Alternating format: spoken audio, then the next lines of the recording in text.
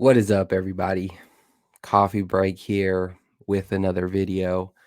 Um, I don't even know where to begin. Like, I guess I should start by saying I know I haven't posted much quite like I wanted to this past year in 2021, and early on there was some things that happened in my personal life, and I had to really take a break from posting. To be honest, I just had trouble having the commitment, the energy that you guys all deserve. I mean, you guys have been super helpful and encouraging during this time. It was a difficult year for me. Um, but I look at it, it was a roller coaster ride.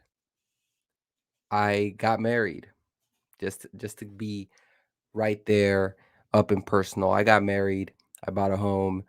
Um, had a loss in the family, dealing with now, whatever variant of who knows what this day and age. And it was quite a roller coaster ride. There was the lows of lows and there were the highs of highs. And when I reflect back on my personal life, it is it reminds me of the season the Niners had this past year, just tying this whole thing together. And so with time, I took off of YouTube or whatnot. It gave me a lot of time to reflect. I did read comments. You guys were great. You guys were waiting for my videos this playoffs, and we'll get to all of that. Um, like I said, I didn't have that energy, that commitment that you guys all deserve. But now with like the season being over, unfortunately, um, it's given me a little bit of light to continue going with this YouTube stuff. And I've been busy. It's not like I haven't been busy, like I just been slouching. No, I just been, I've been busy with work and fixing up a new home. Hopefully by sometime this year I'll have like a new studio to broadcast from. But no, in all honesty, I'm doing way better than I was. I'd say 3 months ago. I'm in a better spot. I'm in a better frame of mind, and you know I'm glad that I'm here. Just put it that way. On the flip side, let's talk about this Niner season. We'll work our way backwards, if you will. I know I didn't get to leave you guys with what I felt leading up to the playoffs, but we had that crazy Week 18 game where the Niners were that was pretty much a playoff game for the Niners. I was actually on my way to Hawaii as that game was taking place. I landed, get to the parking lot of the car rental spot, and the Niners win. Win. Now, this whole time, I'm keeping up. Like, I'm going to baggage claim, keeping up on my phone. Like, what is happening? Because Hawaiian Airlines, for whatever reason, doesn't have Wi-Fi, so I wasn't able to actually broadcast the game there. Literally the whole flight, the whole 5.5 hour flight, I was pulling my hair. So I'm like, what is the score? I need to know. Once I got connection, like once I was about to land, I check. We were down. I forget. We were just down. Um, and I was just like, holy smokes, like, are we really about to miss the playoffs? So that's what happened. I was nervous. I was checking it. We went to overtime. And then I was able to see the final score. I yelled the biggest "fuck yeah" in the garage that they had there. It was crazy. My wife's looking at me crazy, like, what's going on? So that was exciting. And then Cowboys game. The Cowboys game, I just knew going into it we were gonna win. I knew it, and yeah, I started to get nervous towards the end there. I'm just like, oh no. It reminded me a lot of the Tennessee game. I'm just like, here we go. Here we go. And unfortunately, like that almost comeback the Cowboys had, I didn't really think that they were gonna come back. The Cowboys really beat themselves in that whole game, but it was a little bit foreshadowing because it was like, yeah, the Niners get off to a fast start or they get off to no start, and you're left with praying that defense makes a stop. And so in this game, we got off to a decent start. We're able to just maintain that lead. I don't think we actually won it from them. I think the Cowboys just threw that whole game away for themselves, and we were fortunate. Now we move on to Green Bay. Green Bay was one of those games that you probably have once a decade.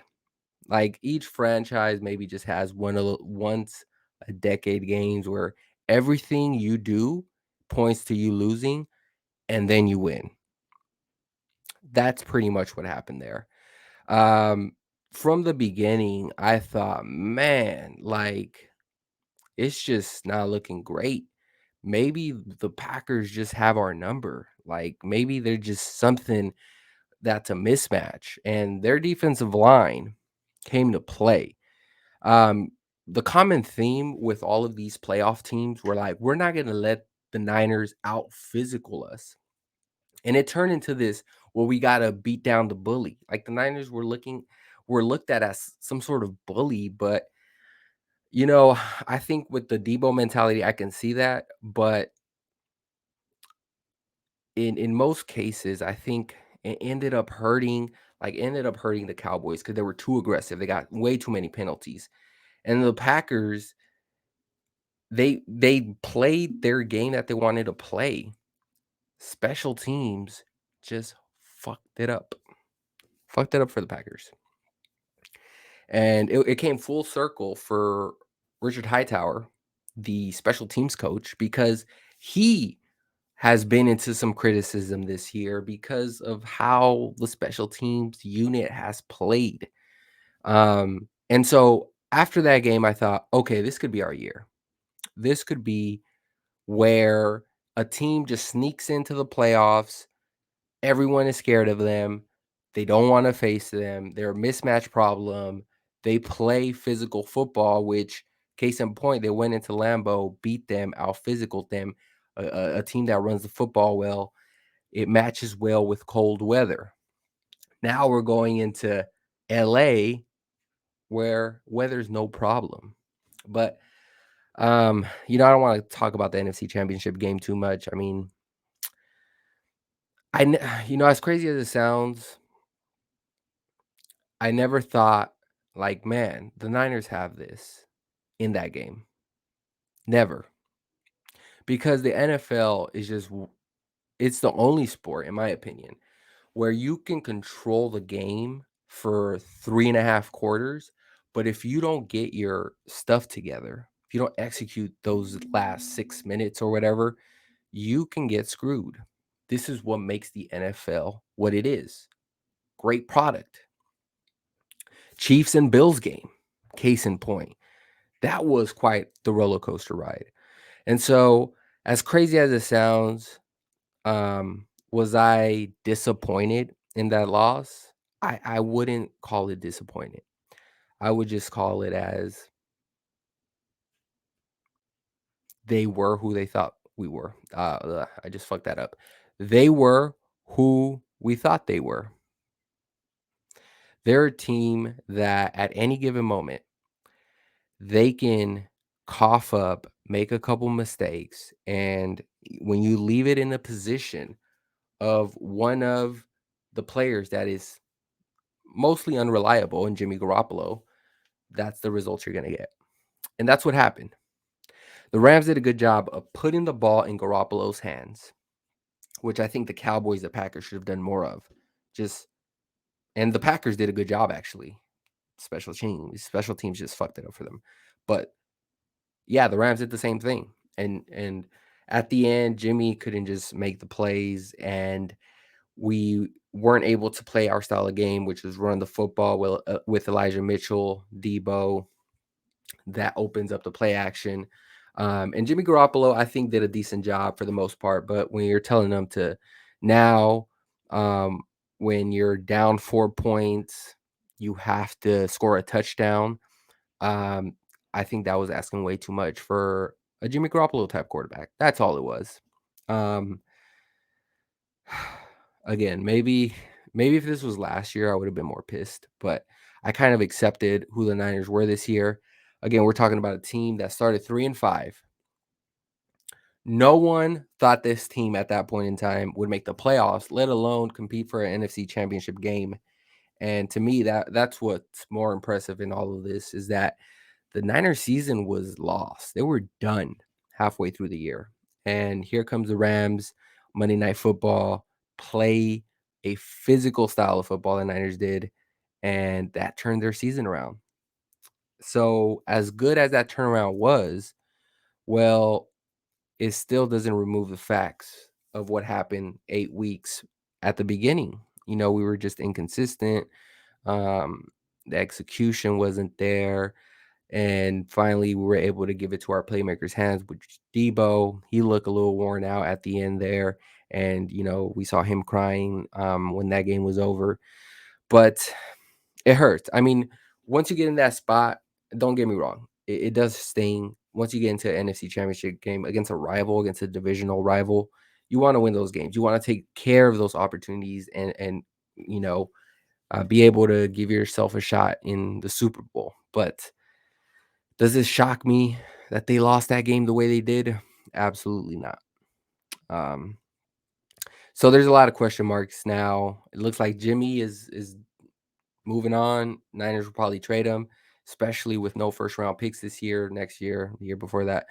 They're gonna need some draft capital. So it's almost like 100% that this Jimmy's gone, right?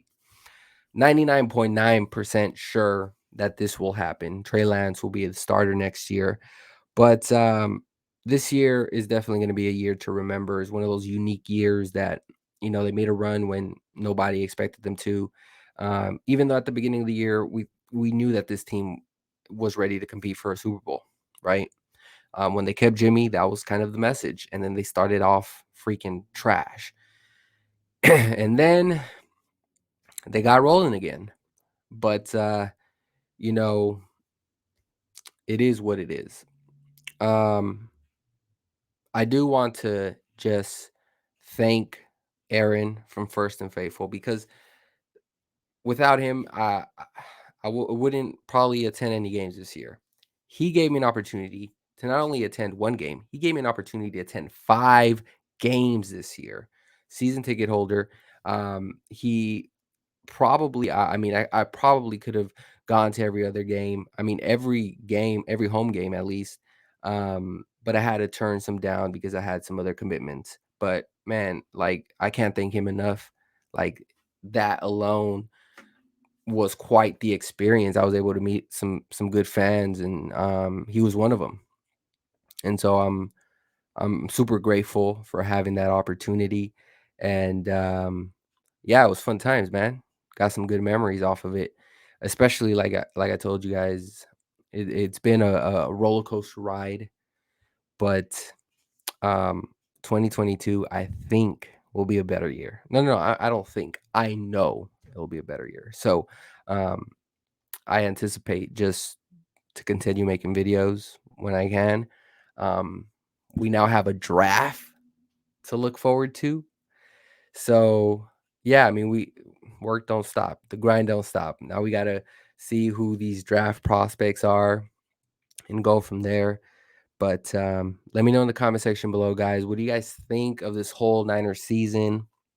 This whole, like, just reflecting back on the season. Do you guys see it as a failure or do you guys see it as a success?